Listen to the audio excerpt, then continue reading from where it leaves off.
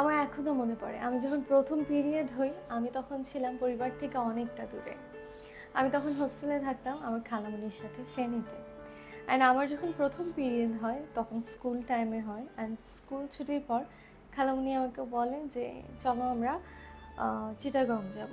And আমি যখন all of a sudden শুনি আমরা চিটাগং যাব, তখন আমি একটু অস্বস্তিতে ভুগি যে আমি কি কোনো দোষ করলাম না, কি হলো, কেন হলো, কেন চিটাগং যাব, এখন থেকে কি আমি চিটাগং থাকবো, আমি কি আর পড়াশোনা করব না, মানে অনেক ধরনের প্রশ্ন।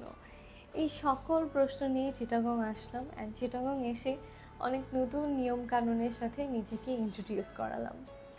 সো এই ঘটনাটা আমাকে শিখিয়েছে যে পিরিয়ড সবসময় লুকিয়ে রাখতে হয়, পিরিয়ড একটা লজ্জার বিষয়। কিন্তু এখন যখন দেখি এসএমসি এর জয়া এমন একটি উদ্যোগ নিয়েছে যেখানে পিরিয়ড নিয়ে সহজভাবে কথা বলা হচ্ছে, তখন সত্যিই ভালো লাগে। এরকম উদ্যোগ আমাদের সময় থাকলে তখন আমরা মনে হয় ব্যাপারটাকে আরও সহজভাবে নিতে পারতাম। আজকালকার মেয়েরা যদি এই সম্পর্কে সহজভাবে জানতে পারে তাহলে তাদের জন্য পিরিয়ডের এই জার্নি অনেকটা সহজ হয়ে যাবে। মেয়েদের পাশাপাশি ছেলেরাও জানতে পারছে পিরিয়ড নিয়ে, এটাকে স্বাভাবিকভাবে মেনে নিচ্ছে।